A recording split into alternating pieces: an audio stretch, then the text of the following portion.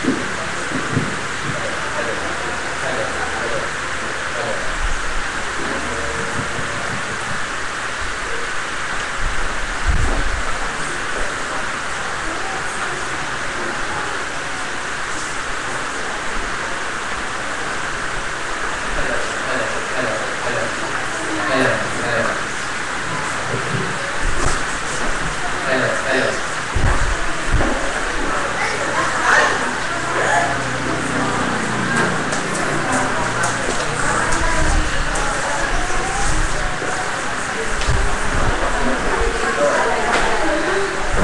tayo rin kakanta ng ilang mga willing. Let us call our song leader. Brother Charlie will lead us this time.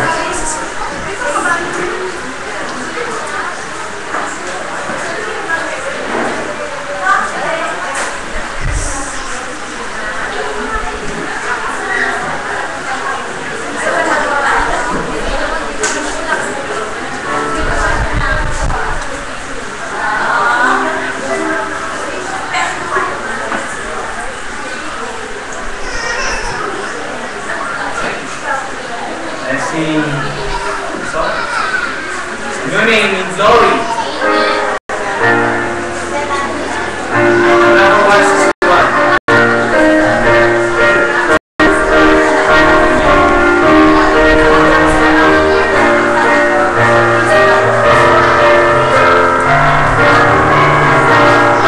I was once a sinner, but I came unto receive from my Lord. This was freely given, and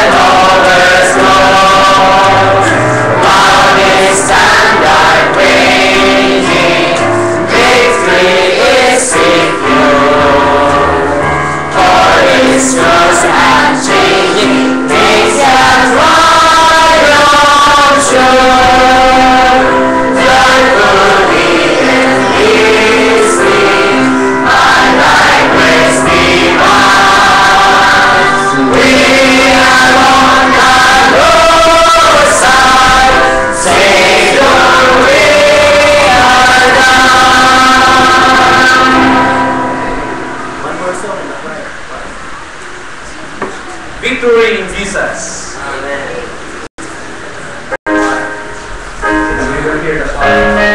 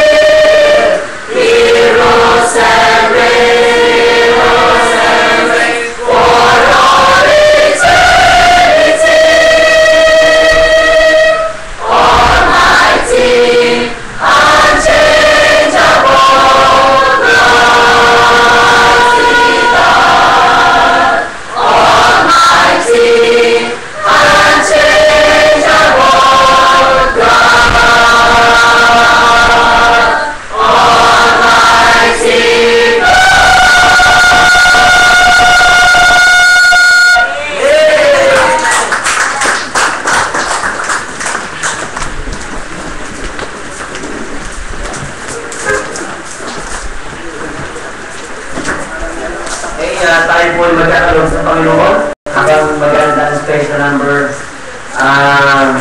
I asked Brother Ken to cut off the sound. Masakit na talaga sa tayo ng bakit. It proves us that God's grace is great this afternoon. Amen. Kahit na wala na naging a cappella still, they have sung that good song. And we thank the Lord for that. Amen. Are you happy today? Amen. Are you blessed that you are in the Lord's work? And we are so glad that you are here.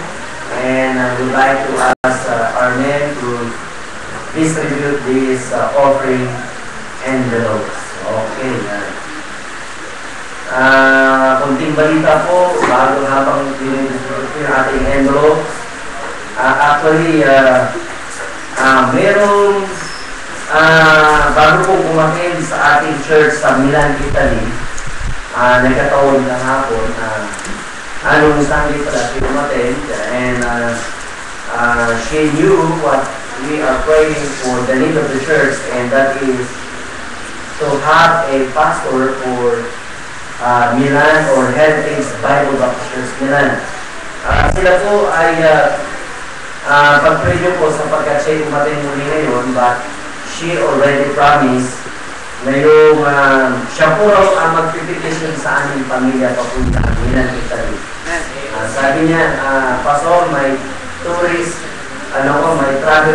may travel agency ako, and ako mismo ang mag-invite sa inyo. Lahat ng accommodation, pati hotel, pati lahat ng kailangan. Sabi niya, we really need you in our place, my family. Pero hindi ibig sabihin niya si Pastor ay mawala sa church. Ang ibig sabihin naman yan, for the meantime, having this kind of opportunity in Milan, I will take over for a while the church. Habang ako po ay mag-lead pa rin sa church through the leaders and through the Skype. Ako rin po magtuturo pa rin sa Bible School through the Skype while establishing the word in Milan, Italy. Ayan po ay panandali ang panahon naman, and we are hoping that God will continue to bless the word here in Makati and in Italy. So, kami din Italy. Pero din tayo Italy. Tayo mga Pilipino, tawag natin yan. Italy. Amen? Ang mahalaga, yung Italy na yan, if we're going to establish that, it means that we have already been open door for foreign mission. Sabi nga rin sa akin, ito, Pastor, may travel tour nga kami, and we can send also missionary to Australia. So, ibig sabihin, the door, God is opening the door for us to have missions, local and abroad. Ako'y babalik dito sa Sarawak, 5 ako. Ibig sabihin, we will just establish the work there for a while, and I'm praying that someone will take over the work there when it is already ready to take over by the man whom God appointed to be the pastor of that local church. Yun po yung ating panalangin. Tayo dito ngayon lahat. Hingin natin hingin po natin Brother Tim, will you please lead us in a word of prayer?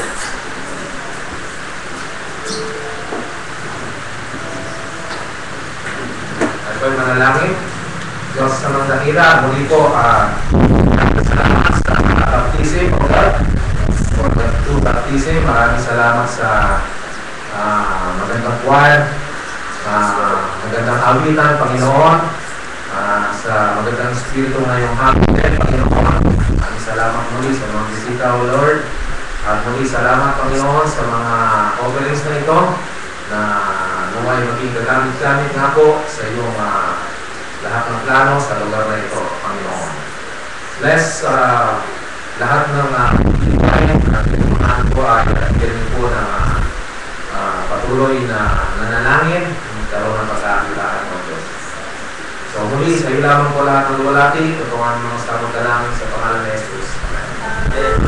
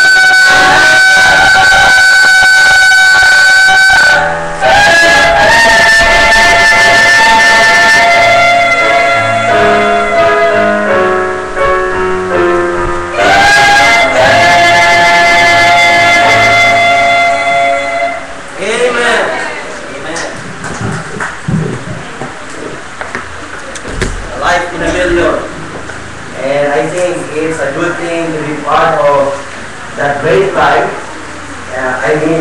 There are not only millions of people today, bali na tayo wala tayo sa pono ngayon. The most important is, I belong to that million of God in this world.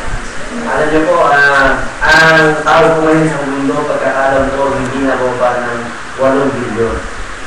And imagine, for those na maraming mga taong naligtas, maraming mga taong ipinanganak, kaunti lang mga tao nakakilala sa Panginoon.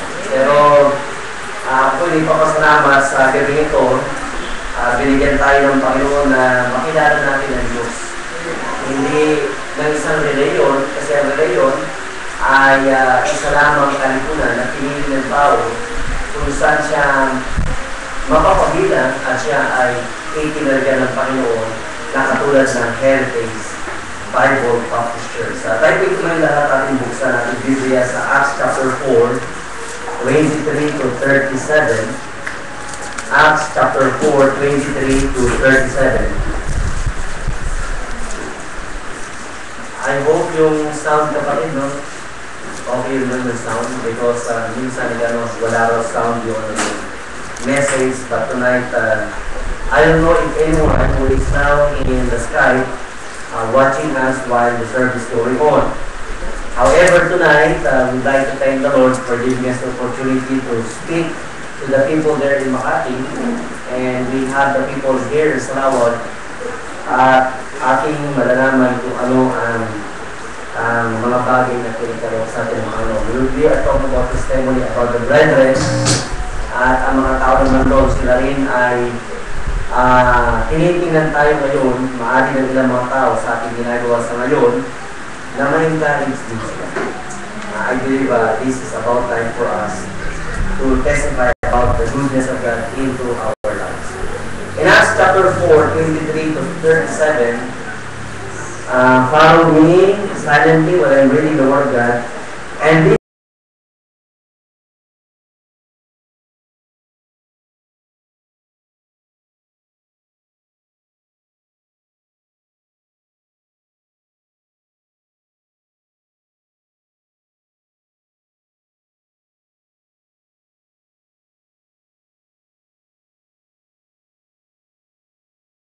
the people imagined vain things.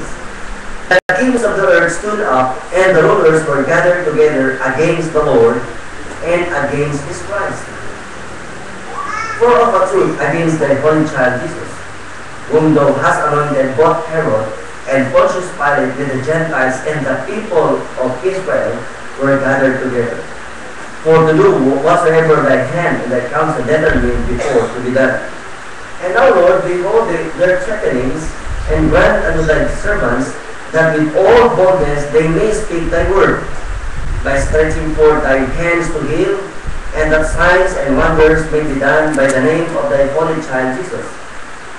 And when they had prayed, the place was shaken where they were assembled together, and they were all filled with the Holy Ghost, and they spake the word of God with boldness. And the multitude of them that believed were of one heart and of one soul. Neither said any of them that all of the things which he possessed was his own, but they had all things common. And with great power gave the apostles witness of the resurrection of the Lord Jesus, and great grace was upon them all. Neither was there any among them that lacked, for as many as were possessors of land or houses sold them, and brought the prices of the things that were sold, and laid them down at the apostles' feet, and distribution was made unto every man according as he had need. And Joseph, who by apostles was named Barnabas, which is being interpreted, the son of consolation, a Levite, and of the country of Cyprus, having land, sold it, and brought the money, and laid it at the apostles' feet. Tayo pong manalangin sa Panginoon. Maraming pong salamat po, Diyos. Thank you for giving us time to talk about the testimony of the early brethren when the church was still young and bold. We pray that our church, though it is already more than a decade, we pray that the spirit, the passion, and the burden won't be changed. We thank you for giving us time to worship together. Thank you for the visitors. May you bless them with the Word of God and also bless our people with the Word of God. Use me as a channel of message today and make me your mouthpiece to these people. Father, I pray, cleanse me, sanctify me, and use my life to be channel of your blessing today. I pray, Father, with all these things, with nothingness in myself, because, Father, you are such worthy of all these praises. And we thank you, we give you all these things in the most precious name of your Son, Jesus Christ, our Lord. Amen and amen. You may take your seat. Okay, yung binasa po natin dito ay isang bahagi sa buhay ng iglesia sa Jerusalem noong ang iglesia ng Panginoon ay bata pa. Kunti pa lang ang kapatiran noon, pero sa Acts chapter 4, minsan isang araw nangaral si Apostol Pedro at ang mga mananampalataya noon ay nagsalita sa iba't ibang liga. Sila ay pinahayag nila ang dakilang kaligtasan na binigay sa kanila ng Panginoon. To tell you exactly and briefly, there were 3,000 souls were added to the membership during those times. 3,000. Great revival happened nung dumating ang Banal na Espiritu Santo. At sabi nila, Pastor, pwede ba mangyari ngayon yung great revival? I believe God's Spirit can do miracle today if we allow God to happen that kind of revival in us. Ako ay ipapasalamat kahapon sa pamilyang ito na kasama natin yung dalawang kapatid, tapos yung nanay. Anong pangalan yung lalaki na? Arvin po. Si Arvin kasama natin. Pamagana ka po rin ba sir? Ang pamangkin mo ka na na-witnessan natin sa kanila. And I'm so thankful na sinama kami ni Pierre Bendo reaching those people sa Belfort. You pray na we could have time to study there at sila rin ay lumagos sa salita ng Panginoon. Amen? Hindi lang po yun, kundi maging tayo lahat, tayo magamit ng Diyos.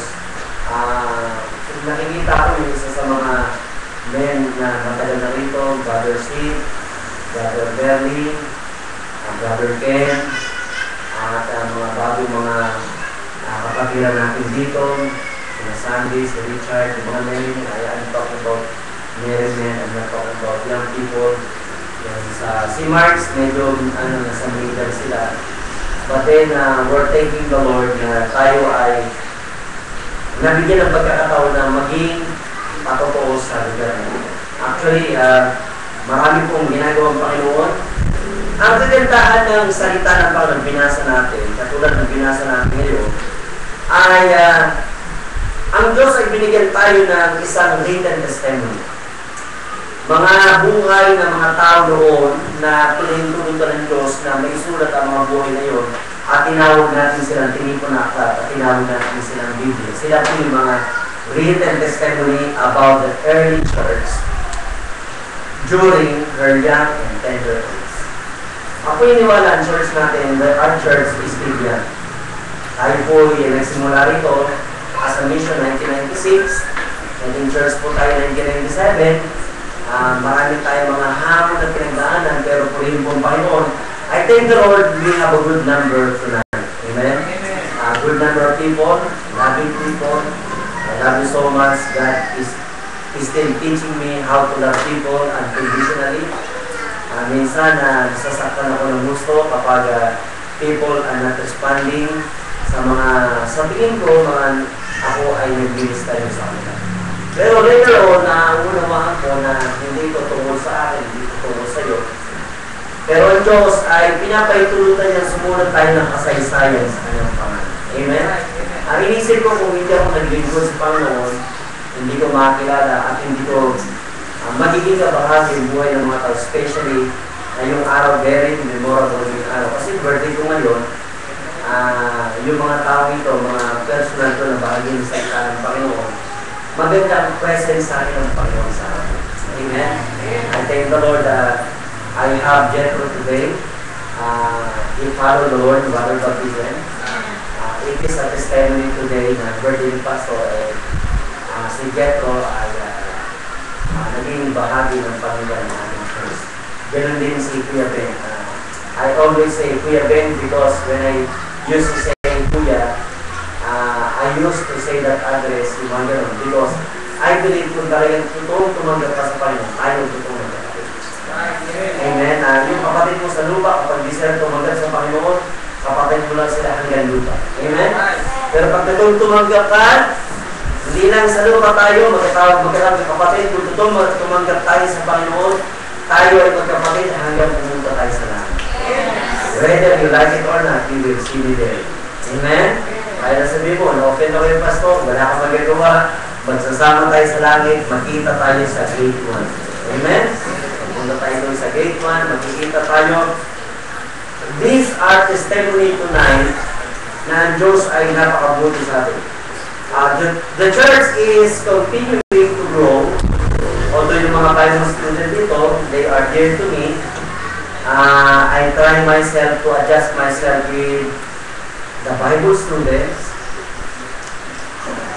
Minsan nakapagalitan ko sila, hindi saan po man, kundi I treat them as my young children in the Lord. Next in line sa leadership. Alam mo, I won't treat the Bible student like an ordinary members. You will be the officers in the future. Yes. Amen. You will be leaders of your own church in the future. You will not act like an ordinary Christian. You are destined to become leaders of the people of God. So, mataas ang pagtingin ko sa inyo. Mataas ang expectation ko sa inyo. Ako po yung umaasa na kahit na tayo pare-parehong tao, we can successfully serve the Lord. Amen? We will successfully serve the Lord. Ang paniniwala ang church natin, kahit na huling panahon pa, may panahon pa, na ang Diyos ay pwedeng gumawa ng revival. Ang paniniwala ang Iglesia ng Panginoon ay hindi nakadepende sa kalagayan ng panahon. Ang Iglesia ng Panginoon ay nakadepende sa presensya ng Diyos. Nung dumating ang Banal na Espiritu sa kanyang Iglesia, kahit na may mga persecution pa ng panahon yun, sila ay nagkaroon ng lakas para magsalita ng patungkol sa mga bagay patungkol sa Diyos. At maraming patutoo na naganap sa the Book of Acts. Gospel was preached in every and many places during those times. At ako po ay nananampalataya sa Panginoon na Lord, bigyan mo ko ng kakayahan, I can preach to many places and encourage more people to serve you and surrender their lives for the full-time ministry. Yun po yung desire ko po sa Panginoon. Ako po ay papunta sa Aklan sa December 12 kasama ang aking may bahay.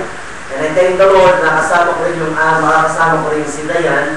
Siyempre, pastor ako, naglilingkod ako sa Panginoon. Siyempre, nandamit ko. Gusto ko rin ng anak ko mahilog sa paglilingkod sa Panginoon. Eh, kaya ba nga dyan, nangangarap na kapag pag sila yung doktor, ang anak nila yung doktor. Eh ako yung isang manggagawa ng Panginoon.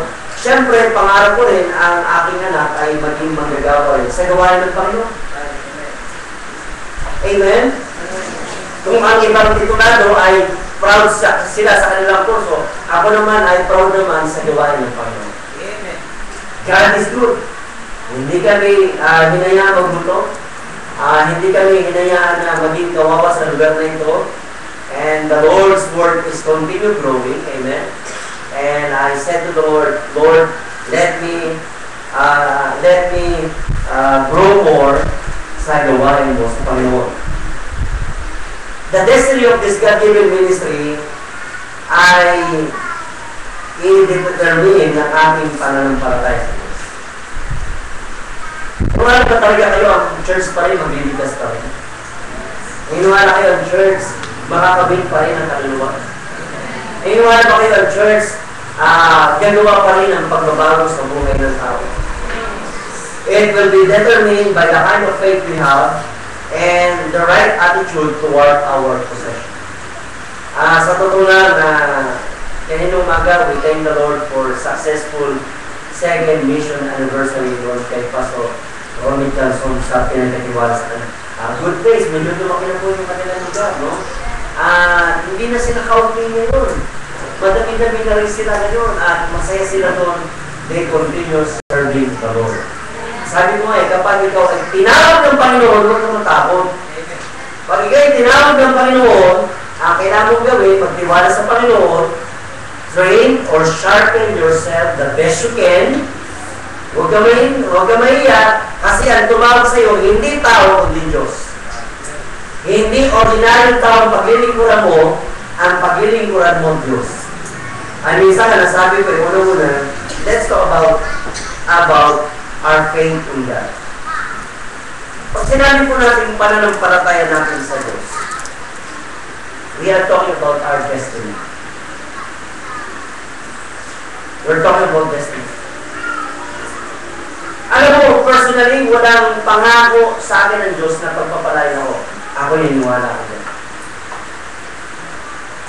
Ang pangako ng Diyos ay ayon sa kanyang plano.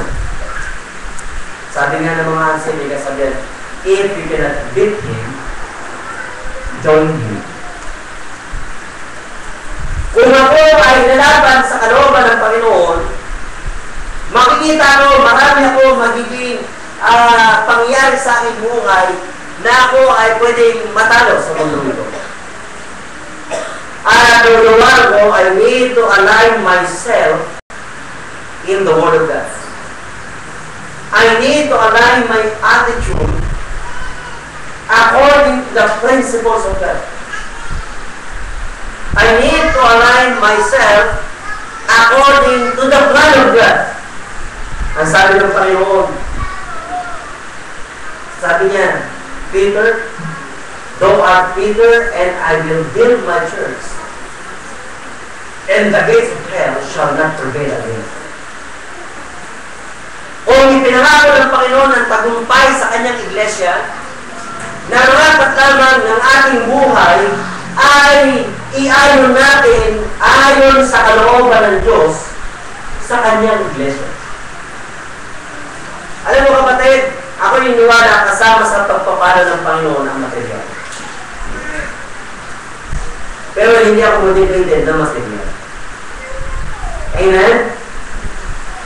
Kasama sa pangako ng Panginoon na ikaw ay maging mamunga at kasama sa pangako ng Panginoon na ang anak mo ay magiging makapangyarihan sa ibabaw ng mundong ito, tutugin sila ng kaaway na hindi mo inaasa na katulad nila.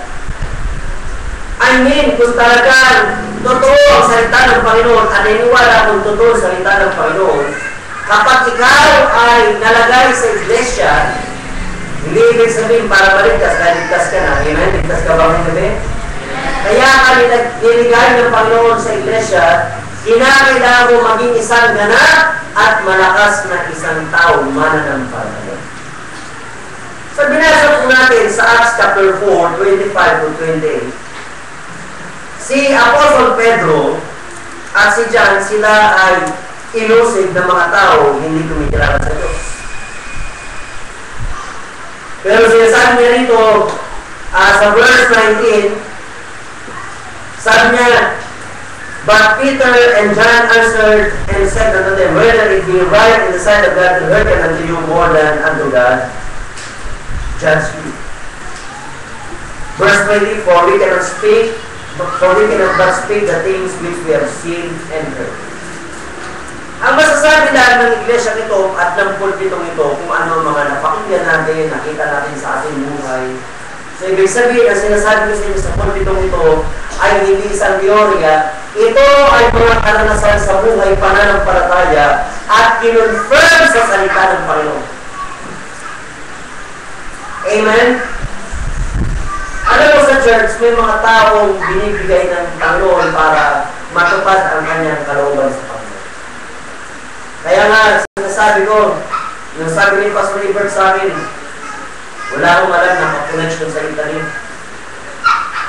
Hindi ko alam kung paano ka makapunta dyan. Sabi ko, hindi ko rin alam. But then God has His ways. Just go on serving the Lord. In church na to, just go on serving the Lord. Nourish yourself sa salita ng Panginoon. Bago ka mananampalataya, tumanggap ka na, pero marami ka pang hindi alam. Ang gawin mo, magpalakas ka sa salita ng Panginoon.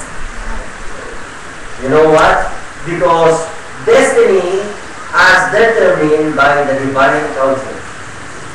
Sa 25 and 28, makikita natin, may mga tao na lumalaban sa buhay pananampalataya ng isang Kristiyano. Katulad po ng verse 25 and 26 na sinasabi niya rito, in Psalm chapter 2, verse 1, why did the heathen rage and the people imagine vain things? Yung mga hari sa lugar stood up and the rulers were gathered together against the Lord and against His Christ. Noong panahon po na ito, nakinikwento rito ni Apostol Pedro na sinasabi niya, itong mga taong ito ay nag-iisa na sila kanilang pahirapan ng Panginoon, si Herod, sina Anna, sina Caiaphas, pero sa tingin ng tao, isa silang malupit na mga tao at sila ay naging pahirap sa isang pangalang Kristo na nagtatag ng kanyang Diyos. Pero alam niyo po, minsan yung mga bagay na hindi natin naintindihan, yun ay itinalaga ng Diyos para ating makita ang talagang makalangit na plano ng Diyos. Kung niyo po isipin mabuti, kung niyo makikita din sa Acts chapter 20 o 20, yan, yung kanina, yung binanggit ko, yung sa preaching doon, alam niyo po, sabi ni Pedro, sabi niya, hindi ka pwede patayin ng sino man tayo.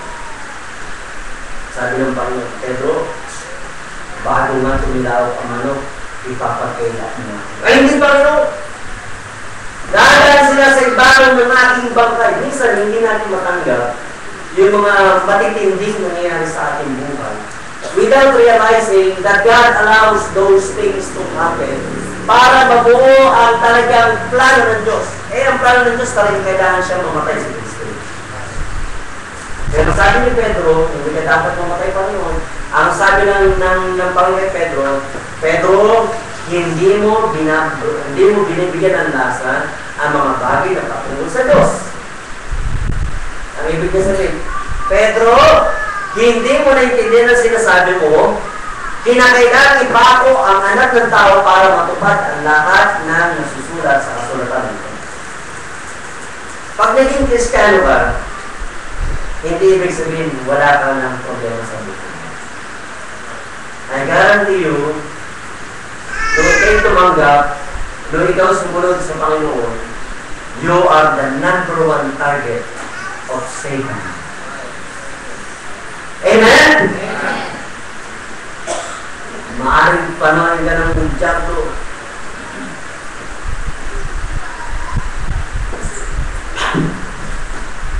Pinamamasan. Binastay. Magpapatuloy ka ba? Pero dahil mananampalataya mo, hindi! Papatuloy ako! Sabi ng diablo, bigat kong taong tinira na sa puso. Hindi pa rin bumigas.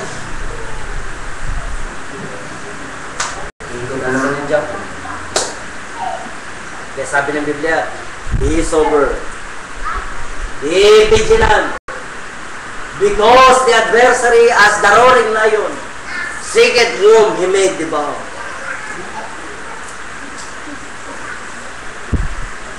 Tinira na naman. Puso yung una no? Pero nakayanan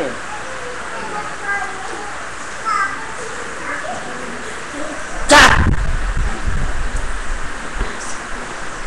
Ano mo kasang tinamaan? Tinamaan sa mata, lasaw ni As.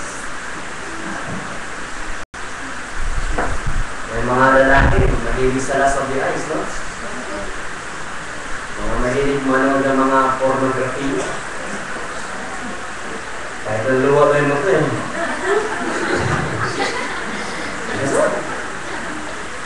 Pero dahil Kristiyano na, Kinanda.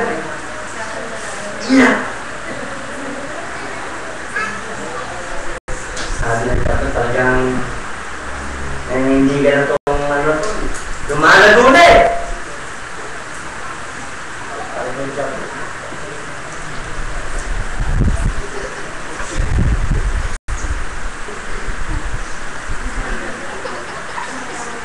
Ha!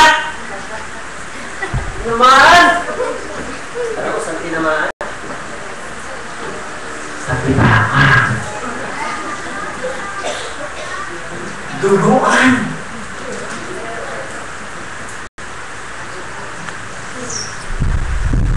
Patay. Alam mo, nung panahon na yun, nagkaroon ng pangangailangan sa iglesia sa unang panahon. Pero kanila naging attitude ay sa verse 34 and 35. Neither was there any among them that lacked, for as many as were possessors of land or houses sold them and brought the prices of the things that were sold. Hindi sa kanila naging hadlang ang pangangailangan. At nung napagbilang nila and laid them down at the apostles' feet, and distribution was made unto every man according as he had need. Sometimes God allows those people na tutuyain ka.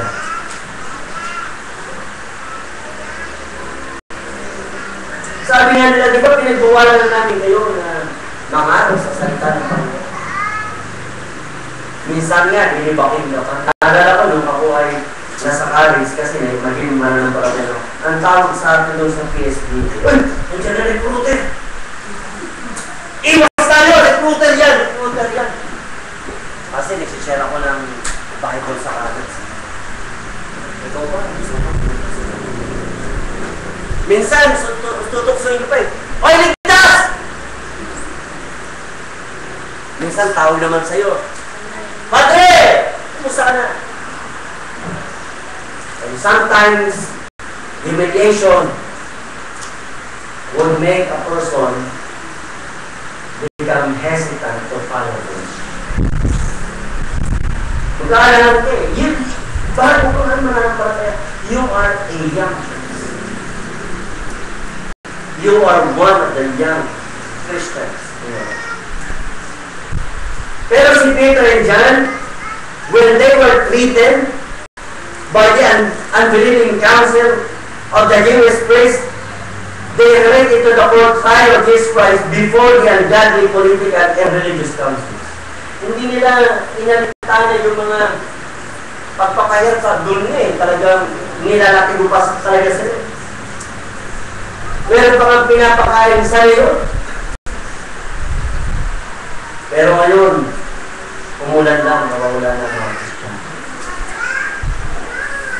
Pero makikita natin, yung mga patotoo ng unang mananampalataya noon, sila ay naging matatag sa kanilang commitment sa Diyos. Alam niyo po, lahat ng tao, hanggat nabubuhay ka sa mundong ito, daraan at daraan tayo sa mga pagsubok. Huwag kayong maniwala sa nagsasabi sa mga preacher dyan na kapag ikay tumanggap sa Panginoon, wala lahat ng problema mo, malaking kasinungalingan.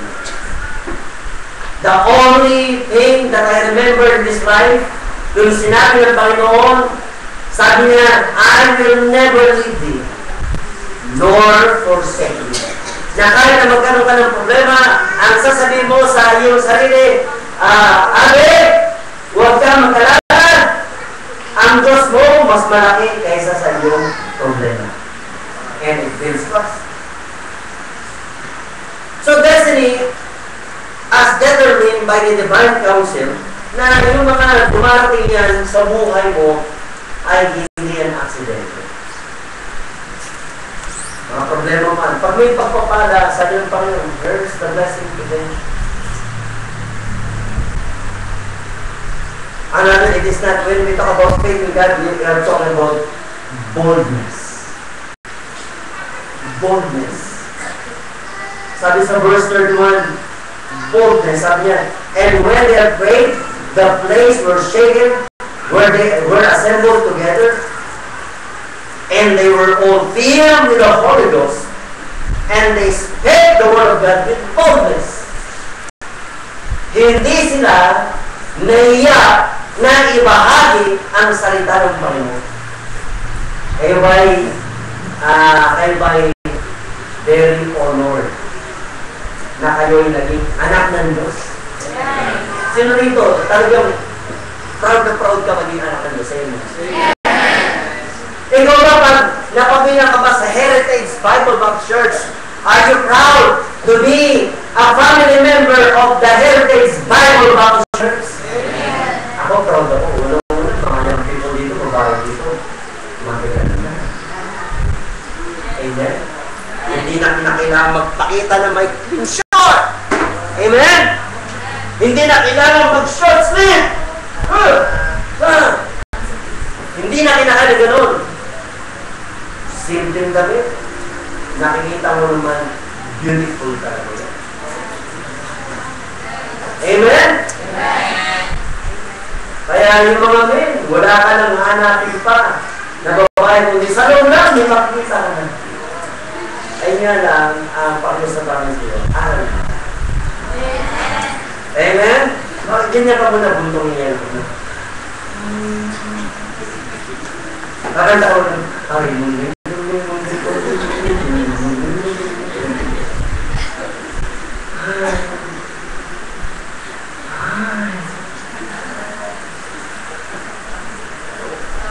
Kasi normal kasi sa tao gumawa. Amen?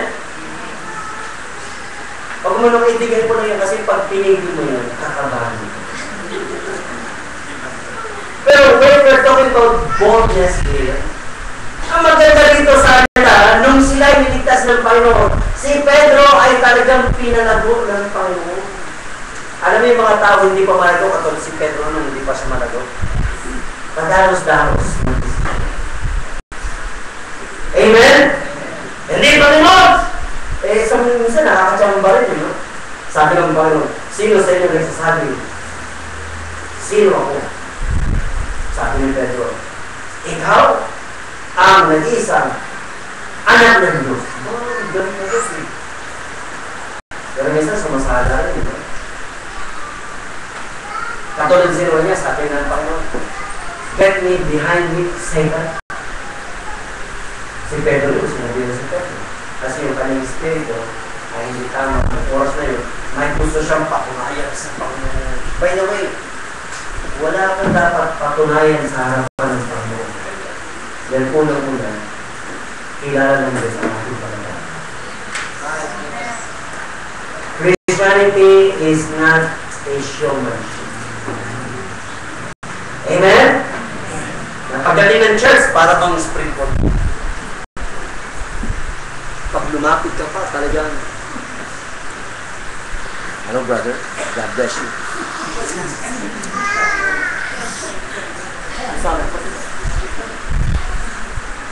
Okay lang ba niya?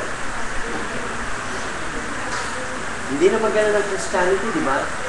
Ang Christianity, kahit na hindi ka na nakikita ng iba, yung commitment mo talaga sa Panginoon. Nandun. Kasi wala nga tayong dapat patunayan sa Diyos. Kilala tayo ng Diyos. Katulad ng anak mo, kilala yung anak mo. Alam mo yung anak pa naman natin, pag may anak ka ba? Di ba iba-ibang verse na natin? Tama ba? Sino ba nakakilala sa anak? Di ba yung magulang din? Alam mo yung isang anak, yung magulang, isang anak, ganito. Kaya, yung problema ng parents, leave it to themselves, to the parents. Ang kailangan ng parents, makinig sa pulpito ito. Amen? We can have basic instruction, we can have wisdom that we can get from the pulpit. Boldness. Yung ating enlightenment about the divine plan give us healthy practice like prayer. Umukin ko kayo kapatid. Sama-sama tayo manalangin. Ang problema sa mundo ito, hindi lang sa pera. Kasama dyan ang relasyon. Kasama dyan ang moralidad. Kasama dyan ang pangarap mo sa buhay mo. Minsan, we're talking about yung kapatid ko, kaya yung basis ko. Kasi nga, kami nila dyan ito, mga young people.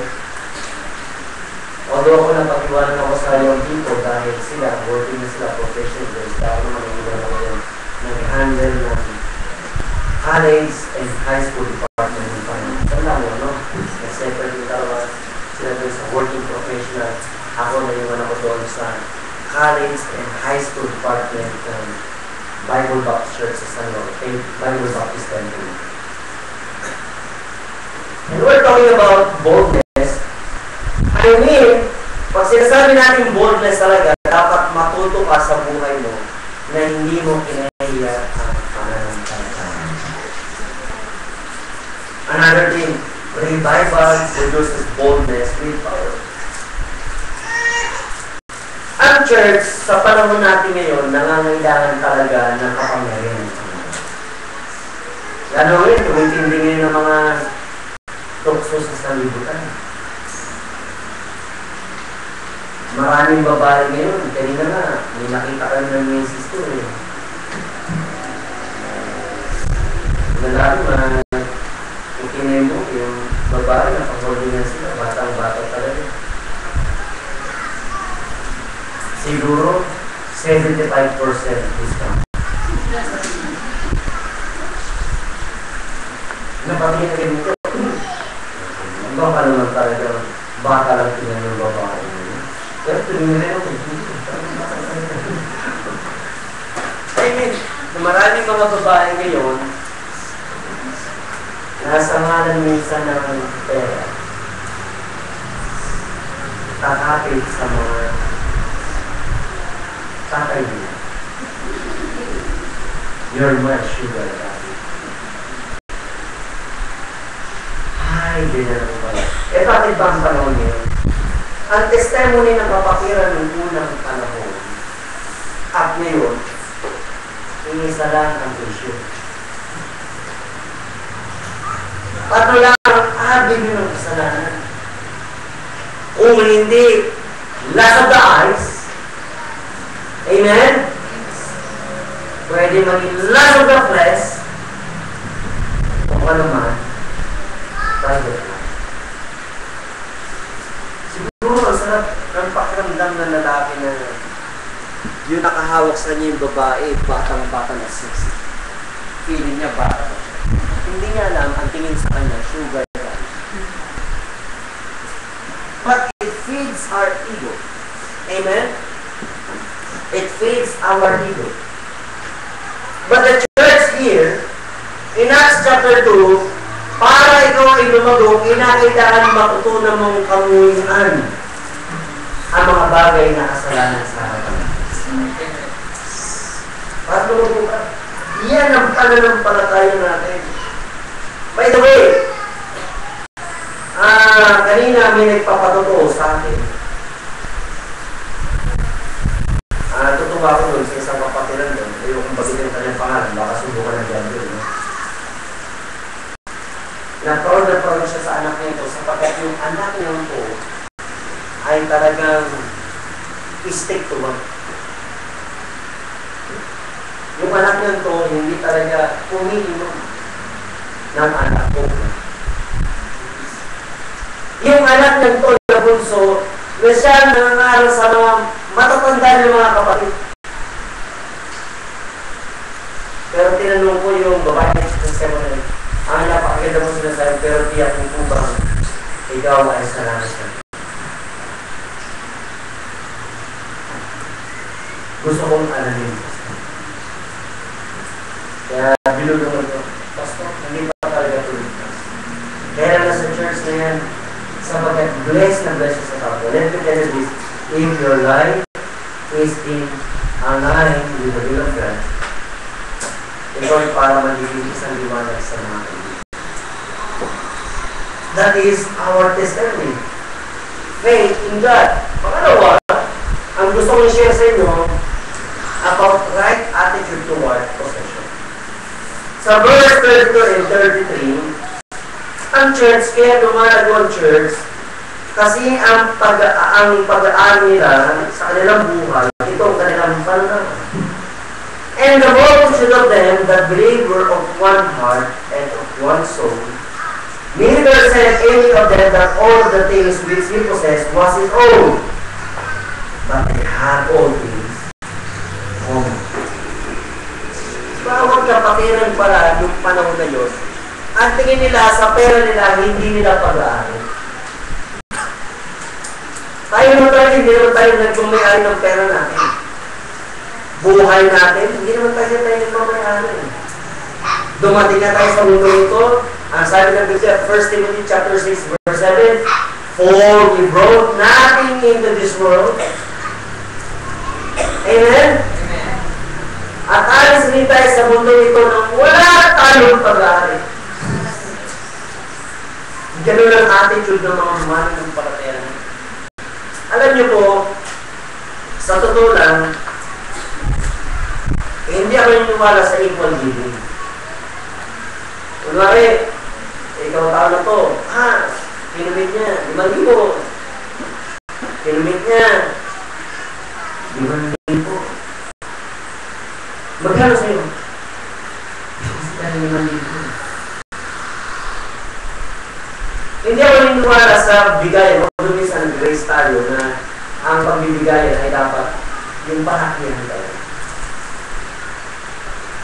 Kaya ka nagbibigay sa Panginoon kasi gusto mong ibigay ang the best mo sa Panginoon kasi hindi mo sa'yo. Kung kumita ka ng 7,000, binigay mo 700, kumita ka ng 50,000, binigay mo ay 5,000, walang pinagkaiba ang 700 pesos sa 5,000. Sa pagkaniniwala tayo sa proportionality. Alam niyo po, kaya po may ilaw rito na ganito. Maganda ba maliwanag yung lugar natin? Kasi may mga tao na iniwala sa proportionality.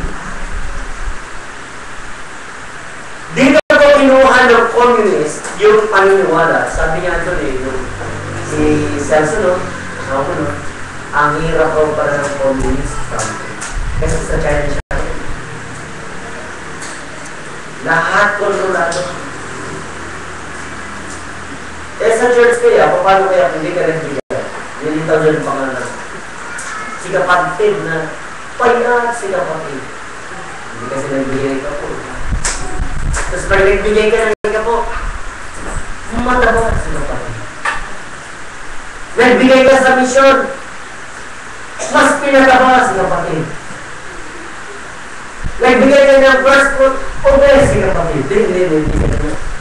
Ang ibig sabihin mga kapatid, tayo, nagbigay tayo sa gawain ng Panginoon sapagkat kinilala natin, mabait ang Diyos sa ating buhay. Mabait ba sa iyo ang Diyos? Una-una, iniligtas niya ang kaluluwa natin isang magandang pagkapalan niya. Amen? Mabait ba ang Panginoon na ikaw ay nakakain sa isang linggo? Mabait ba ang Panginoon na hindi ka nagkasakit sa isang buwan? Mabait ba ang Panginoon na ikaw ay may trabaho? Mabait ba ang Panginoon na masaya ang buhay pamilya mo? God is good. Kaya, yung tinatawag nating biblical stewardship ay pinapalala ang practitioner sa espiritu ng tinatawag na selfishness or covetousness. Kasi talagang tayo natural naman talaga na makasarili tayo. Kasi hindi tayo yung talagang lahat tayo hindi tayo. Amen? Pero, ito yung nakita ko. The more you give, the more you are blessed. Yung sinasabi ng bulag sa pera, I mean, you practice right stewardship in yourself. Isganti ka pala, magkano rin, itabi mo ka yung 10%. Basta di ba ako nagtatrabaho eh? Okay lang yan.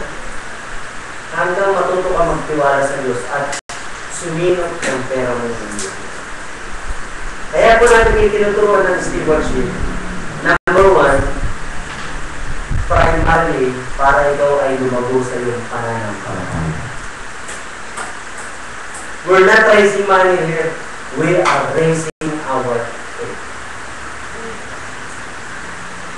Kaya itong mga tao na to sa Acts chapter 4, and with great power gave the apostles witness of the resurrection of the Lord Jesus, and great grace was upon them all. Ako iniwala kapag ang iglesia katulad ng Acts chapter 4, mga taong generous sila sa gawain ng Panginoon,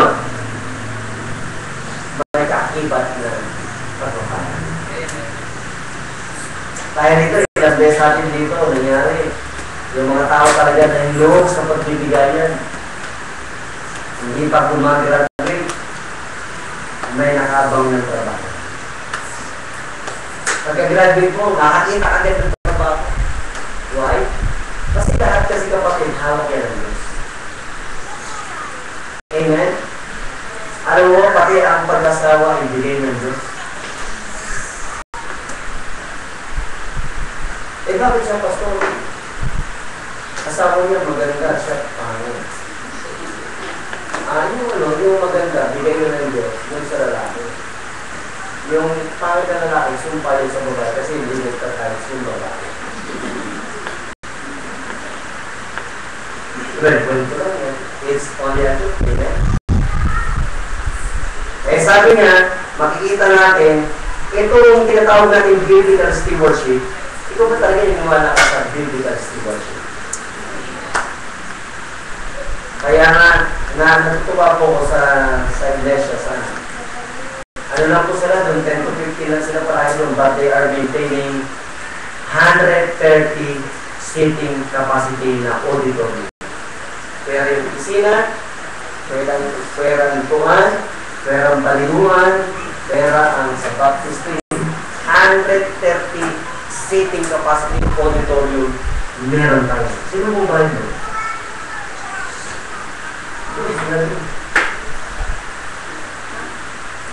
Eh, pasal pumunta rito, sino magbabayad mo? Sila nila. Pero talagang si Sister She, na isa sa talagang giver dyan sa church. The Lord continue blessing that person. I mean, pati yung mga kapatid natin dyan. God bless you. At hanggang dumating sa kanila, Pastor, hayaan namin na kami maglingkod sa Panginoon hanggang makarating kayo. And we're praying together. It is not only divine ownership kapag sinasabi natin tamang pananaw sa possession, but also divine direction through anointing leadership. Ako ay niwala, ang Diyos nag-ordain sa politics. Ang Diyos nag-ordain ng pastor. Ang Diyos ay nag-ordain ng mga civic leader. Kanya-kanya ko. Nakausap ko si Kapitan Paredes. Kaya natin sinupuntahan niya. Kasi niniwala siya talaga sa salita niya. Si Kapitan Paredes. Hindi dahil baptist siya. Hindi naman siya talaga baptist. Taga-Unida siya. Pero sinusuportahan natin siya. Amen? Niniwala tayo sa tao ng Diyos? Amen. We support Christians. We support godly persons. Maraming yung pintas din yan. May mga alam din ako sa kanya. Pero ang importante dito kapatid, nag-usap nga kami, minsan we're talking about politics, we're talking about kung paano sa politika natin. Minsan maraming mga politiko na dumadaan sa kanila ang pananalaki na kung saan natin. We need Christians today. Ang panalangin po ng ating church, someday, the Heritage Bible Baptist Church will produce political leaders. Why we are setting up a school? Why we are setting up the church like this? And I don't know, another 5 years from now, 10 years from now, the Heritage Bible Baptist Church should become a great influence to this place. Kung kaya natin lumaki sa biyaya ng Panginoon, influencing our politician into the right direction. Kasi pag hindi tayo umu-influensya sa mga tao na sa position, may ibang tao i-influensya. Diyan. Kung malakas ang church, I remember when we visited Texas way back in 2000, kung kami ni Judy, nandun kami, tapos labanan nyo ni Bush at saka ni Al Gore, ano ninyo? Ni Clinton. Ni Clinton pala, Bush at saka Clinton in 2000. Hindi alam kung sino mananalo, pero kinaumagahan, lumabas doon sa Texas, sabi doon, the Baptist designs. And Bush won that election because the Baptist community in Dallas-Fort Worth, Texas, voted him for the office of the president. Mahalaga ba yun? Ako, inuwala ko, mahalaga yun. Hindi lang ako Kristiyano, hindi ka lang Kristiyano, mamamayan ka ng Salawag, Dasmariñas, Cavite. Amen? Ito, kilala itong Dasmariñas to. Ito ay tinaguri ang drug capital ng Cavite. Yung bato rito, pagtitinda rito ng drugs, talagang taramak din sa lugar natin, lalo na Cavite. Our community needs a kind of church who is strong in conviction, who believe the Word of God, who believe in the commitment of preserving the community, who believe in soul winning, who believe in the conviction that is portrayed by the Word of God. Kaya hindi po tayo dito naglalaro kapatid, naglilingkod tayo sa Diyos na buhay. Amen? Bumuo tayo ng community, mga kapatid. Kaya nga, makikita natin, it is not only divine ownership, but also divine direction through anointing leadership. Kayo ba, naniwala pa kayo, tinawag talaga ako ng Panginoon? Yes. Pag may duda ka, huwag ka magpapasakot sa akin. Kaya ako naman pinapahalagan din ang testimony ko, kaya ako rin pinapahalagan din yung word ko, kasi naniwala ko, bilhin ito sa akin ng Panginoon. Don't you know na mahalaga tayo lahat sa Panginoon? God has a purpose in this place. Ang ministry ng church is to minister to the need of the people so that the people can experience the abiding presence of God. Bakit po pumasok ulit tayo doon sa community, sa value education, sa pagkatiniwala tayo, ang church natin ay kinakailangan magkaroon ng influence dyan sa mga young generation natin. Ako po panalangin ko ganito. Unang hawakan natin 14 high school. Sa other section yan sa Palitan.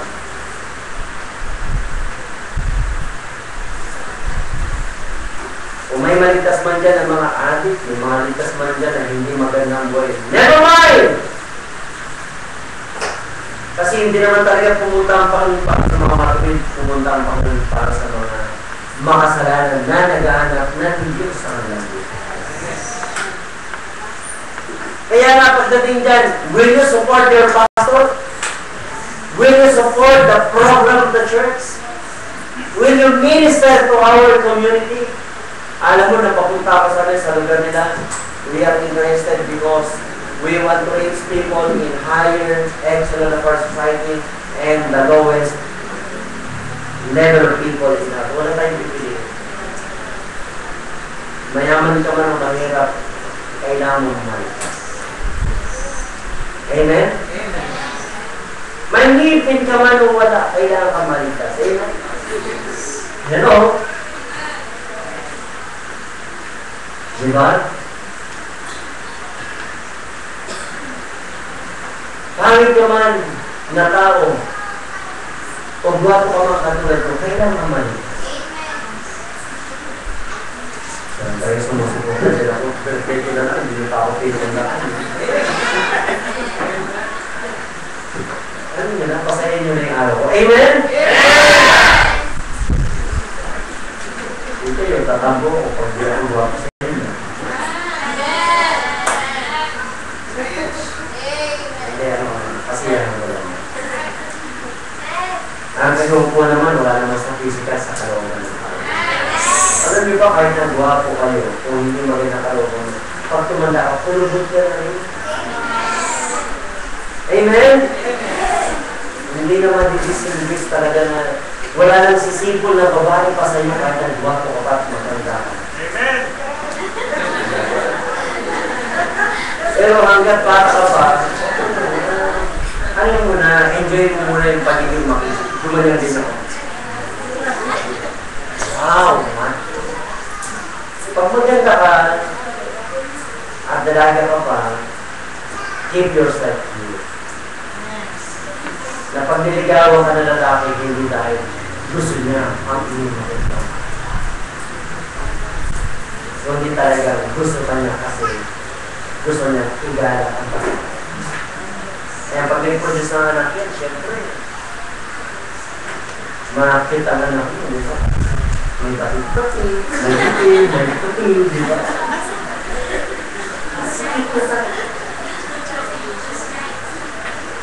Mayroong malaki, may maliit, ang mata, ibig sabihin.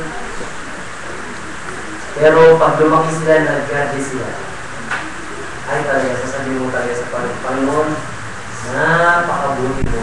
Ito, dito na lang sa street to ito. Sa lawang na ito. Sample ko na lang yan. Nakikita natin ibang mga tao dito. Ako yung niwala ko na pag isang tao totoong tumanggap sa Panginoon, sapat yung kaligtasan, pero hindi sapat na mabuhay sa mundo basta tumanggap sa kailangan lumago tayo sa Panginoon. Marami akong nakikita nito, mga tao dito, sabi nila, tumanggap na raw sila sa Panginoon. Pero hindi na mo sa Panginoon. Yung mga anak, problema nyo. And we don't like that to happen. Kaya nga, let us minister to the people. Wala mo ako na kapatid. Kung di mo kita matapik yung Diyos, bakit ang Diyos magpala sa iyo? Amen? Bigyan ka ng tamang partner mo. Bigyan ka ng magandang pabuhay ng Panginoon. Amen? At maging magandang kalagayan mo, hindi lang dito sa ibang pati sa lahat. Let's talk about our conditions. Kung diktado ko pa talaga na ang church na ito ay mahalaga sa buhay. Pagdiktado. Ikaw ba pag linggo ba, excited ka ba pumunta ng church? Pag nagising, Mali na tayo! Bilis! Naku, hindi ka pa nakapag-wake up habang mag-biyahe ko, hindi ka talaga. Pagpunta mo sa church, talagang presto. Kasi conviction mo kasi, mahalaga ang church. Conviction mo ba talaga na pag pumasok ka sa church, talagang makikinig ka ng salita ng Diyos? Yung mga puntang Diyos ako, huwag mo lang sumili. Baka naman ito Diyos ako, nagpapasagay ng bakit. Lantang mo kasi.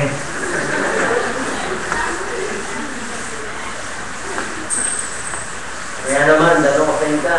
Kasama, nalaman sila pa rin. May putok na naman. Hindi ka pumunta sa church para makipag-social. You are here willing to listen to the word of God. Ayun po yung testimony na. Kaya lumalagot tayo sa Panginoon. Ito, very basic yung binibig ko sa inyo ngayong gabi. Do you always believe that God will only do miracle? Kung talaga tayo ay sasampalataya sa mga dakilang gawa ng Diyos. Ito na rin, saan ka nakakita nag-mission? Walang support. Kasi walang nire-report. Ganun ka church eh. Kasi, sabi sa inyo, kaya tinawag tayo ng Panginoon, God will supply to you. Naalala ko tayo sa dasma na yan, pagtanghali, yung sasakyan na ginamit niya, ginalo na pantakas, naalala niyo ba yun? Yung ginamit niya, yung Centennial Jeep mo, naalala mo ba yun, Brother Emma? Ilang beses yung Jeep eh, ganyan, no? Tumitikwas. Ah! Ilang beses yung Jeep, punta kami, no? Wala ng preno, pero talagang pre-reserved tayo. Yan, dati yan, yung Abida rin, nakakatakot yan noon. Galing pa kami sa Bible study kina Merly. Tumahat nyo ako kasama yan. Dalawa sila, hinaharang kami ng Potsuna. Naubahan ko sana eh. Kaso may lumagpas na mga lalaki. Natakot din ako, may iwas din ako eh. Alam ko na hindi pa sa ano, alas 1:30, kinamamagaan doon mismo sa pinangyari namin. May patay na taxi driver. Pinagnakawan. Eh, paano kami pinagnakawan? Kawawa lang magnanakaw. Wala sila pagkatuwa ng Panginoon. Kaya, ang makukuha nila salita ng Panginoon. Pero talaga naisip ko yung mga bahagi na yung ay, talaga sa Panginoon. Ano kung gagawin mo? Pero testimony ng church sa gabi ko, ay po may info ng pera 100,000 plus. Wala tayong support agad. We value our possessions. Wala po tayong utang sa labas. Amen? Nakabaw na tayo ng 1.3 million pesos. Almost 800,000 sa lupa at sa pagpapatitulo. 600,000 para sa mga bigang nun. Mga pang hanggang third, fourth story nga ako, pwede din. Noong time trying to say this, maganda dumating yung pagkakataon na sasabihin mo, Panginoon, lahat ng ginawa mo sa iglesia nito ay mga biyaya mo. By the way, ikaw na lang, yung buhay mo, na ikaw ay nag-preserve na bago. Ayun, himala na yan sa buhay. Sa buhay. Yung mga na-overcome ko sa buhay ko, biro ko yung mga tukso, nalalagpasan natin, pagsubok, nalalagpasan natin, pangangailangan, nalalagpasan natin. Ako sa totoo na namamangako sa Panginoon kung paano mabuti ang bagay sa gawain ito. Pagpunta ko dyan sa ito, ang dami ng mga sasakyan. Isa na po kayo sasakyan ito, nasa kasa pa. Ginagawa ka sa kasa. Narapit na rin makapit. So sabi ko po, invite mo tayo. He never failed in supplying the needs. Nung panahon na yun, ayon sa history, Acts chapter 4, nagkaroon din ng mga tinatawag natin na pagkagutom doon sa lupa nila, kaya sila nagbenta. Hindi nila inalim na, akin naman ito, hindi. Ang kanilang inalala ay ang pagganap ng kalooban ng Diyos. Ako, kung may pera lang, nag-usap kami ni Judith. Ito, lugar na to, tsaka lugar na yan. Kung mabili na lang natin ito, mas maganda makabili talaga sa highway. Kaso, pinagkaroon sa atin ng Panginoon, di ba? Maalis sa atin ng Panginoon, gawin mo na yan, maging tapat mo na kayo. Kung mga kasunod, sa kanila lang problema yun. Ang Diyos naman, di ba? Eh, paano kung alis si Pastor sa Mars? Ano mangyari sa church? Para mga katulad ng sinabi ng mga kapatiran doon, kaya yung iba doon, pinagagawa yung member ng iba doon, nakawala yung iba doon sa nila. Hindi magsusurvive ang church! Wala si pastor! Hindi pwedeng mabuhay ang church na ang pastor na sa dingding lang, nasa internet lang. But I tell you, there are already 2 years and 3 months na ang tao doon, ang pastor ay nandito, nag-preach lang tayo sa internet. And the people there is preserved. Tayo ay pinakamalaki sa Filipino congregation ng worship place area. Sa totoo na, walang pastor. Pero kapatid, nandun lang naman.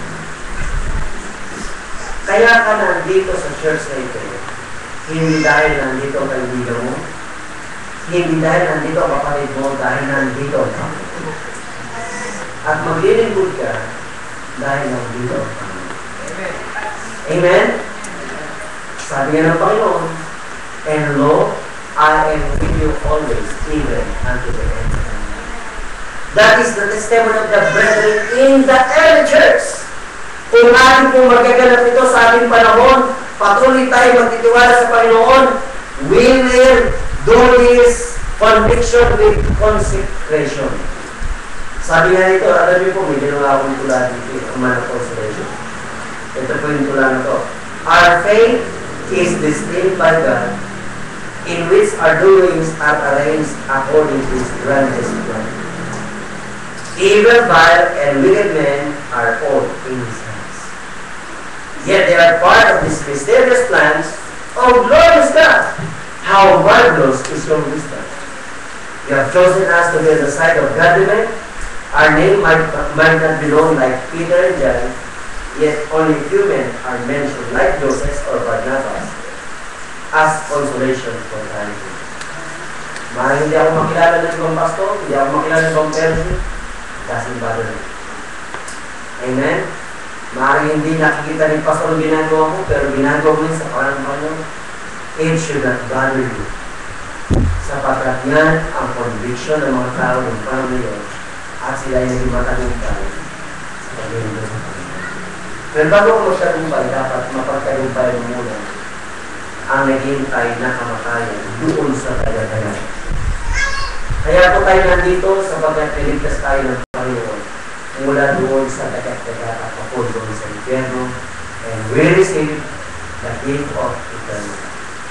And after that, we have been baptized, we are members of the church, ang gusto ng Panginoon, we will still enjoy yung mga bagay na inihanda sa atin ng Panginoon.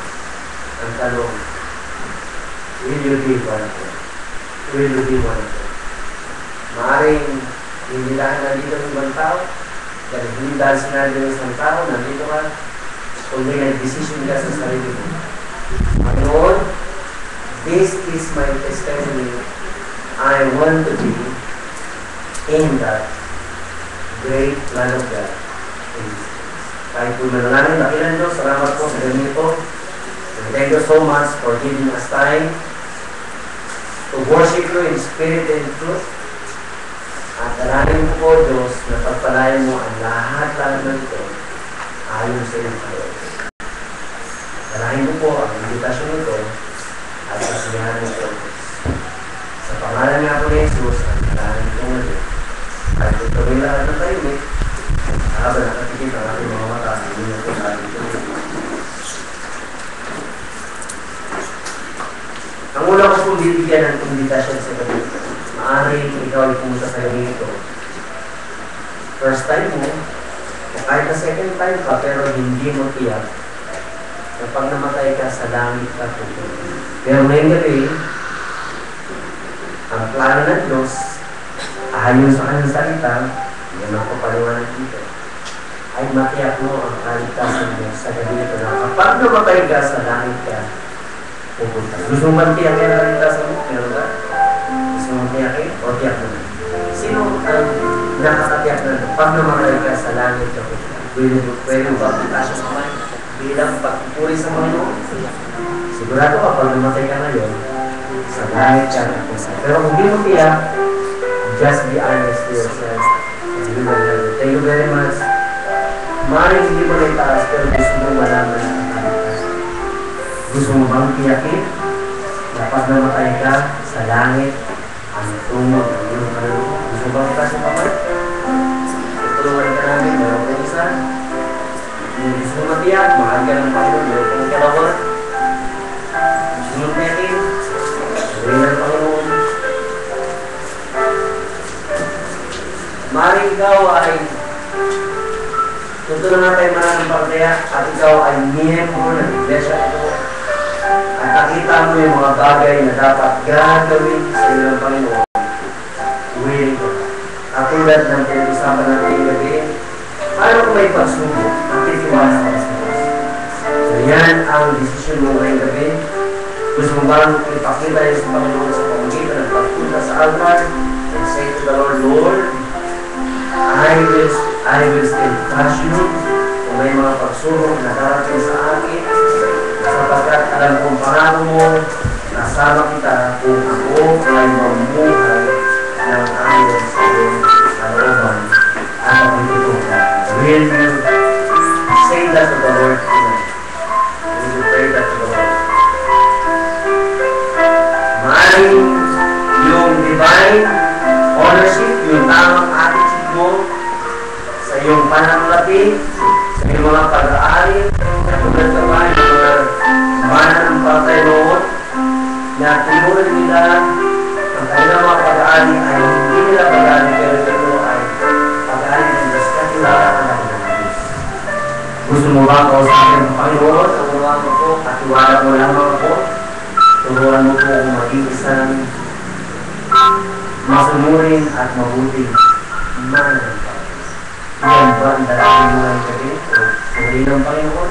Kung yan ang namin ng gabi, salamat. Ako po ang vision. Pupunta ka ba rito para sa personal mong pangalan? O hanapin mo ang kalooban ng Diyos sa buhay mo? Puso man yan? Life partner naman yan? Mga decision na sa buhay? Gusto mong hanapin ang kalooban ng Diyos, gusto mong kausapin. Panginoon, ipakita mo ko sa akin ang dangin ang kalooban mo. Willing ko ako. Is that your prayer?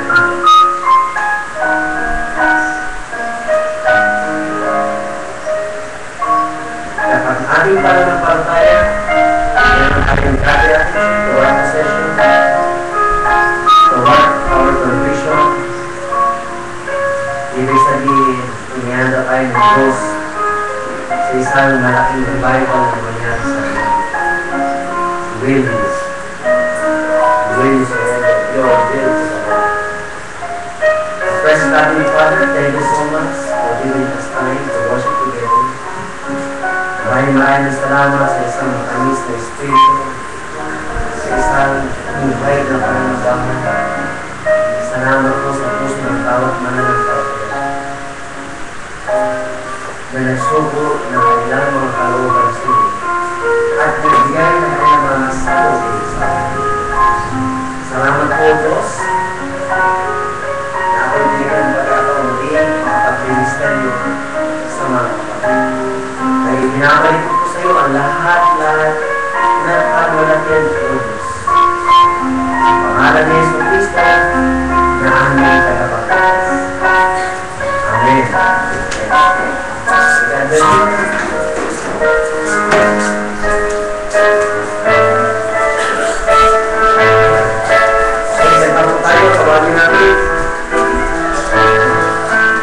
The Solid Rock, song number 69. Piliin po natin si Brother Charlie. Let us sing this song, The Solid Rock, song number 69. The Solid Rock. At pagkatapos po na isang mawiling, piliin natin Brother Sid, will you please close this with a word of prayer? Pagkatapos po ng mawiling ito. The Solid Rock. Tayo po ito may lahat. Meron ba dyan Solid Rock?